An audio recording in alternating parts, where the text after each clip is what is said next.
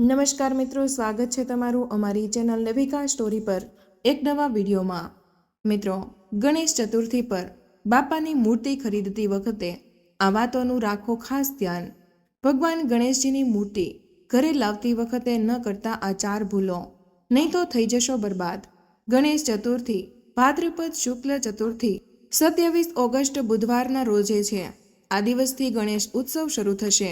ભગવાન ગણપતિને અવરોધોનો નાશ કરનાર, જ્ઞાનના દેવતા અને શુભતાના પ્રતીક તરીકે પૂજવામાં આવે છે। આ વર્ષે ગણેશ ઉત્સવ બુધવારથી શરૂ થઈ રહ્યો છે। આ દિવસ ગણેશજીને ખૂબ જ પ્રિય છે। એવું માનવામાં આવે છે કે ગણેશ ચતુર્થીની સાંજે ચંદ્ર દર્શન ન કરવું જોઈએ, કારણ કે તે પાપકારક કાર્ય માનવામાં આવે છે। ભારતમાં ગણેશ ચતુર્થીનો તહેવાર ખૂબ જ ધામધૂમથી ઉજવવામાં આવે છે। ભક્તો પોતાના ઘરમાં ગણપતિ બાપાની મૂર્તિ સ્થાપિત કરે છે, પરંતુ મૂર્તિ લેતી વખતે વાસ્તુશાસ્ત્રના નિયમોનું ખાસ ધ્યાન રાખવું મહત્વપૂર્ણ માનવામાં આવે છે। આનાથી ઘરમાં સુખ અને સમૃદ્ધિ જળવાઈ રહે છે। ગણેશ ચતુર્થી 2025માં ગણપતિ બાપાની મૂર્તિ ઘરે લાવતી વખતે આ ભૂલો ન કરશો અને વાસ્તુના આ નિયમોનું ખાસ ધ્યાન રાખજો, નહીં તો ગણપતિજી થશે નારાજ અને તમારું ઘર બરબાદ થતાં કોઈ પણ રોકી નહીં શકે। ગણેશ ચતુર્થીનો તહેવાર ખૂબ જ ખાસ મહત્વ ધરાવે છે। દર વર્ષે ભાદરવા મહિનાના શુક્લ પક્ષની ચતુર્થી તિથિએ દેશભરમાં આ તહેવાર ખૂબ જ ધામધૂમથી ઉજવવામાં આવે છે। આ માટે વિવિધ સ્થળોએ મોટા પંડાલો પણ બનાવવામાં આવે છે। એવું માનવામાં આવે છે કે ભગવાન ગણેશનો જન્મ આ દિવસે થયો હતો। આવી સ્થિતિમાં ગણેશ ચતુર્થી પર ભક્તો પોતાના ઘરમાં ગણપતિ બાપાની મૂર્તિ લાવીને સ્થાપના કરે છે।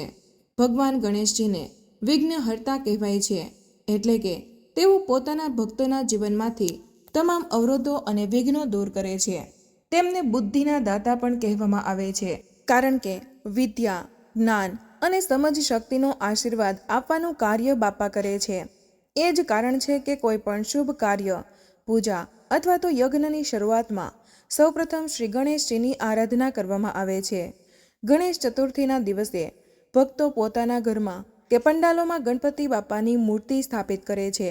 મૂર્તિ સ્થાપન કર્યા બાદ સતત 10 દિવસ સુધી પૂજા, ભજન, કીર્તન અને આરતી કરવામાં આવે છે।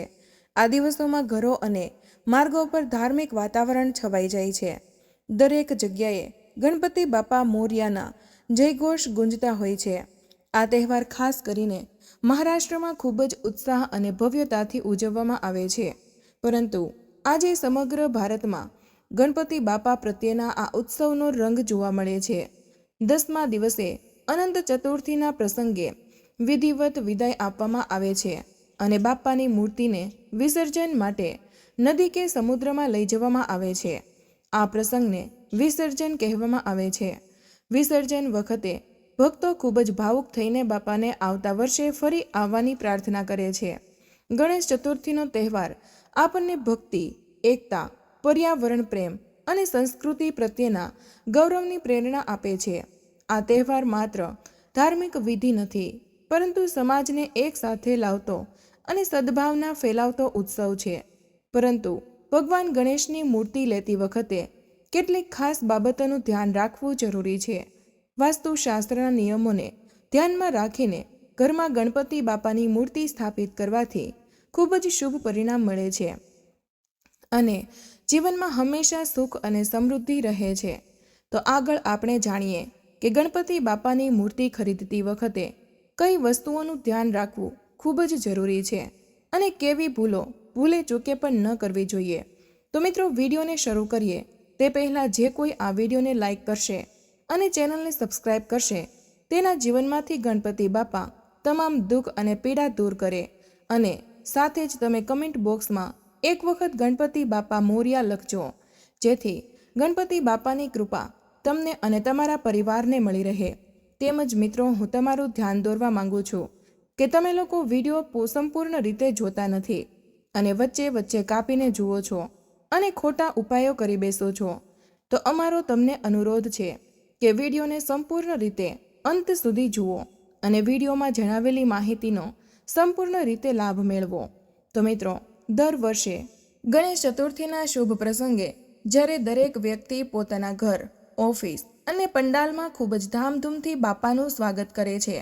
આ વર્ષે ગણેશ ચતુર્થીનો તહેવાર 27 ઓગસ્ટ 2025 અને બુધવારના રોજે આવી રહ્યો છે. શાસ્ત્રોમાં ગણેશજીને વિઘ્નહર્તા અને મંગલકર્તા કહેવામાં આવ્યા છે. એવું માનવામાં આવે છે કે ઘરમાં ગણેશજીની મૂર્તિ યોગ્ય રીતે સ્થાપિત કરવાથી જ સુખ, સમૃદ્ધિ અને સુખાકારી આવે છે. આવી સ્થિતિમાં ગણેશજીની મૂર્તિ ખરીદતી વખતે કઈ બાબતોનું ધ્યાન રાખવું જોઈએ, ચાલો જાણીએ તેના વિશે. આ વર્ષે ગણેશ ચતુર્થી 27 ઓગસ્ટ 2025 બુધવારના રોજે છે. આવી સ્થિતિમાં ગણેશજીની મૂર્તિ ખરીદતા પહેલા કેટલીક બાબતો પર ખાસ ધ્યાન આપવું ખૂબ જ મહત્વપૂર્ણ છે. ગણેશ ચતુર્થી માટે આપણને ભગવાન ગણેશની ઘણી પ્રકારની મૂર્તિઓ જોવા મળે છે, જેમાં ગણપતિજી ઊભા, નૃત્ય કરતા અથવા તો આરામ કરતા જોવા મળે છે. પરંતુ એવું કહેવાય છે કે ઘર માટે ભગવાન ગણેશજીની મૂર્તિને બેસવાની મુદ્રામાં જ લાવવી શ્રેષ્ઠ છે. આમ કરવાથી શુભ પરિણામો મળે છે અને પરિવારના સભ્યોના જીવનમાં સુખ અને સમૃદ્ધિ રહે છે. ઉપરાંત ઘરમાં સમૃદ્ધિ પણ આવે છે.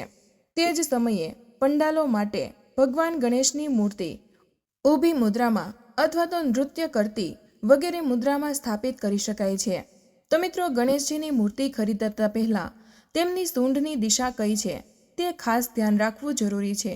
શાસ્ત્રો અનુસાર જો તમે ઘર માટે મૂર્તિ ખરીદી રહ્યા છો તો ગણેશજીની સૂંઢ ડાબી બાજુ વાળેલી હોવી જોઈએ. ગણેશજીની આવી મૂર્તિઓ ઘર કે પંડાલ માટે શુભ માનવામાં આવે છે. જમણા સૂંઢવાળી મૂર્તિનો ઉપયોગ ફક્ત ખાસ સાધના અને નિયમો માટે જ થાય છે. તેથી તેને સામાન્ય ગૃહસ્થ જીવનમાં રાખવી યોગ્ય નથી. બીજી બાજુ જો વાત કરીએ તો ગણેશજીની મૂર્તિ ખરીદવા જતા વખતે આ વાતનું ખાસ ધ્યાન રાખવું જોઈએ કે ગણેશજી કેવી મુદ્રામાં બિરાજમાન છે. તો મિત્રો, ગણેશ ચતુર્થી નિમિત્તે ઘર કે ઓફિસ માટે પદ્માસન કે સુખાસનમાં બેઠેલી મૂર્તિ હંમેશા શ્રેષ્ઠ માનવામાં આવે છે. ઊભી ગણેશ મૂર્તિ ફક્ત વ્યાવસાયિક સ્થળો માટે જ શુભ માનવામાં આવે છે. આ સાથે એવી મૂર્તિ ન ખરીદો જેમાં ગણેશ ગુસ્સે હોય. તેના બદલે શાંત ચહેરો, સૌમ્ય અને આશીર્વાદ આપતી મૂર્તિ પસંદ કરો. હવે આગળ વાત કરીએ કે મિત્રો, તમારે મૂર્તિ ખરીદતી વખતે બીજી કઈ કઈ વસ્તુઓનું ખાસ ધ્યાન રાખવું ખૂબ જ જરૂરી છે. તો મિત્રો, જ્યારે તમે મૂર્તિ ખરીદવા જાઓ છો તો મૂર્તિનું કદ અને સામગ્રી કઈ છે, એટલે કે તે કઈ ધાતુની બનેલી છે, કઈ ધાતુમાંથી બનાવવામાં આવી છે, માટીની બનેલી છે કે ધાતુની, તે ખૂબ જ ધ્યાનમાં રાખવા જેવી બાબત છે. ગરુડ પુરાણ અને અગ્નિ પુરાણ અનુસાર માટી અથવા તો શુદ્ધ ધાતુથી બનેલી કોઈ પણ દેવતાની મૂર્તિ શ્રેષ્ઠ માનવામાં આવે છે. ગણેશ ચતુર્થી નિમિત્તે ફક્ત માટીથી બનેલી ગણેશજીની મૂર્તિ જ શુભ માનવામાં આવે છે, કારણ કે તેનું વિસર્જન કરવું સરળ છે. ઘર માટે ગણેશજીની મોટી મૂર્તિ ક્યારેય ખરીદવી જોઈએ નહીં. ઘર માટે નાની અને આકર્ષક મૂર્તિઓ હંમેશા યોગ્ય માનવામાં આવે છે. તો મિત્રો, જ્યારે પણ તમે મૂર્તિ ખરીદવા જાઓ ત્યારે એ વાતનું ખાસ ધ્યાન રાખવું કે ગણેશજીની મૂર્તિની સાથે તેમનું વાહન અને પ્રસાદ આ બંને હોવું ખૂબ જ જરૂરી છે. એટલે કે ગણેશ ચતુર્થીના દિવસે બાપાની એવી મૂર્તિ પસંદ કરો જેમાં તેમની સાથે મૂષક, જે ગણેશજીનું વાહન, અને મોદક એટલે કે પ્રસાદ આ બંને હોય. આ પ્રકારની મૂર્તિ શુભ માનવામાં આવે છે અને તે દર્શાવે છે કે ગણેશજી તેમના વાહન અને પ્રસાદ સાથે આવ્યા છે. અને મિત્રો, બીજી એક મહત્વપૂર્ણ વાત, જ્યારે તમે મૂર્તિ ખરીદવા જાઓ છો તેમનો સમય શું છે. શુભ મુહૂર્ત જોઈને જ મૂર્તિ ઘરે લાવવી જોઈએ. ધર્મસિંધુ અને નિર્ણયામૃત ગ્રંથ અનુસાર ગણેશ ચતુર્થીના દિવસે શુભ સમય દરમિયાન મૂર્તિ સ્થાપિત કરવી જોઈએ. આમ કરવાથી પુણ્ય ફળ મળે છે. ગણેશ ચતુર્થીના દિવસે અથવા તો શુભ સમય દરમિયાન ગણેશજીની મૂર્તિ ખરીદવી યોગ્ય માનવામાં આવે છે. ભગવાન ગણેશની મૂર્તિ ખરીદતી વખતે રંગ પણ ખૂબ જ ધ્યાનમાં રાખવો જોઈએ. વાસ્તુ અનુસાર સફેદ રંગની મૂર્તિ ઘરે લાવવી સૌથી શુભ માનવામાં આવે છે. આ ઘરમાં સુખ, શાંતિ અને સમૃદ્ધિ જાળવી રાખે છે. તમે સિંદૂર રંગની મૂર્તિ પણ ખરીદી શકો છો. આનાથી આત્મવિકાસ થાય છે. ઉપરાંત ચતુર્થી પહેલા શુભ સમયે ભગવાન ગણેશની મૂર્તિ ઘરે લાવવી જોઈએ. આમ કરવાથી શુભ પરિણામો મળે છે. જો તમે આ ગણેશ ચતુર્થીએ ભગવાન ગણેશની મૂર્તિ ઘરે લાવવાના છો તો વાસ્તુના નિયમોનું ચોક્કસ ધ્યાન રાખો. એવું માનવામાં આવે છે કે ઘરમાં હંમેશા એવી મૂર્તિ લાવવી જોઈએ જે ન તો ખૂબ નાની હોય કે ન તો ખૂબ મોટી.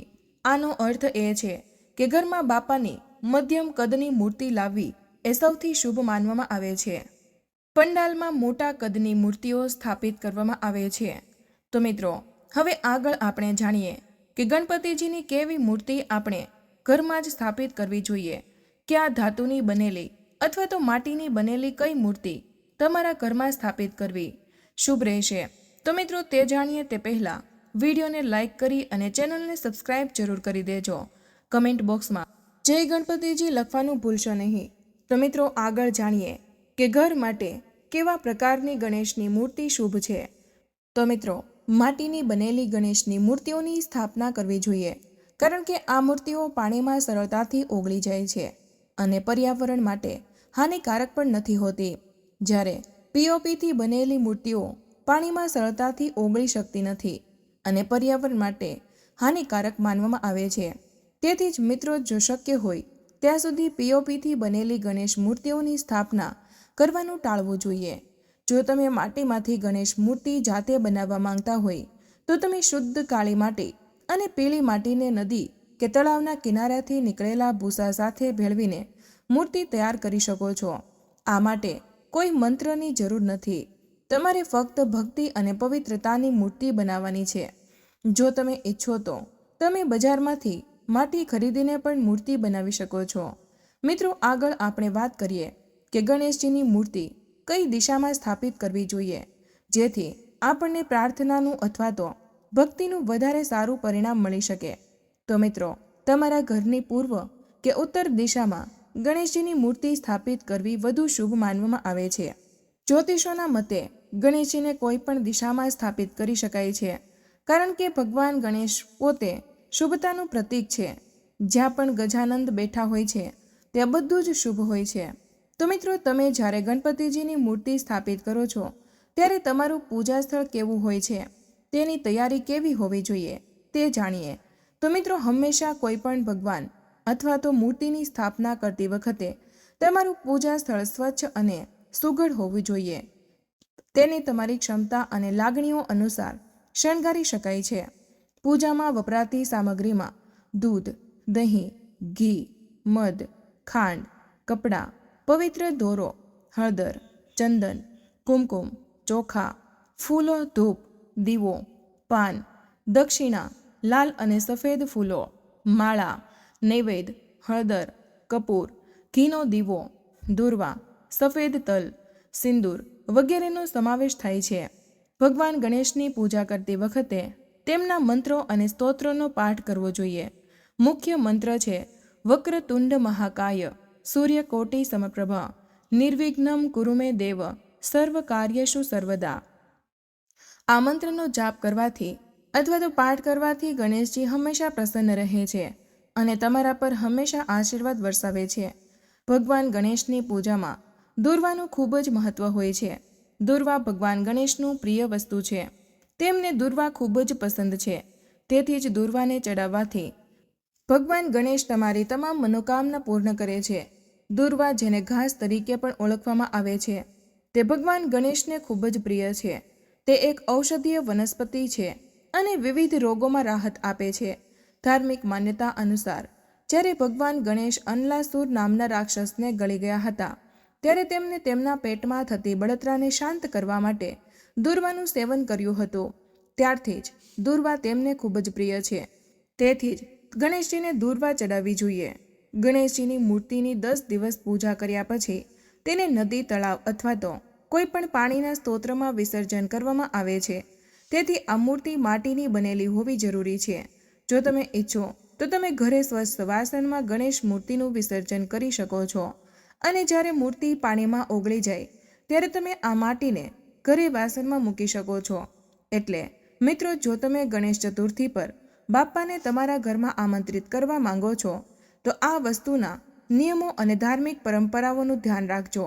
નાની નાની ભૂલોથી પૂજા અધૂરી રહી શકે છે, પરંતુ યોગ્ય રીતે પૂજા કરશો અને ધ્યાન રાખશો તો ગણપતિ બાપા તમારા જીવનમાંથી તમામ વિઘ્નો દૂર કરી સમૃદ્ધિ અને સુખ આનંદથી તમારું ઘર ભરી દેશે. ગણેશ ચતુર્થી માત્ર ધાર્મિક તહેવાર નથી, પરંતુ વાસ્તુશાસ્ત્રની દ્રષ્ટિએ સકારાત્મક ઉર્જા, સુખ, શાંતિ અને સમૃદ્ધિ લાવવાનો ઉત્તમ સમય છે. જો મૂર્તિ સ્થાપન અને પૂજન વાસ્તુના નિયમો અનુસાર કરવામાં આવે તો ભક્તોના જીવનમાંથી તમામ વિઘ્નો દૂર થાય છે અને ઘરમાં હંમેશા આનંદ અને સમૃદ્ધિ વસે છે. તો મિત્રો, આજનો વિડીયો અહીં પૂર્ણ કરીએ છીએ. આજની આ માહિતી તમને કેવી લાગી અને આ વિડીયો તમે કયા શહેરમાંથી સાંભળી રહ્યા છો તે કમેન્ટમાં જરૂર જણાવજો. માહિતી પસંદ આવી હોય તો વિડીયોને લાઇક અને તમારા મિત્રો સાથે શેર કરજો. ચેનલ પર નવા હોય તો ચેનલને સબસ્ક્રાઇબ કરવાનું ભૂલશો નહીં. મળીએ એક નવા વિડીયોમાં. ત્યાં સુધી તમામ મિત્રોને જય ગણપતિજી, જય શ્રી કૃષ્ણ. ધન્યવાદ.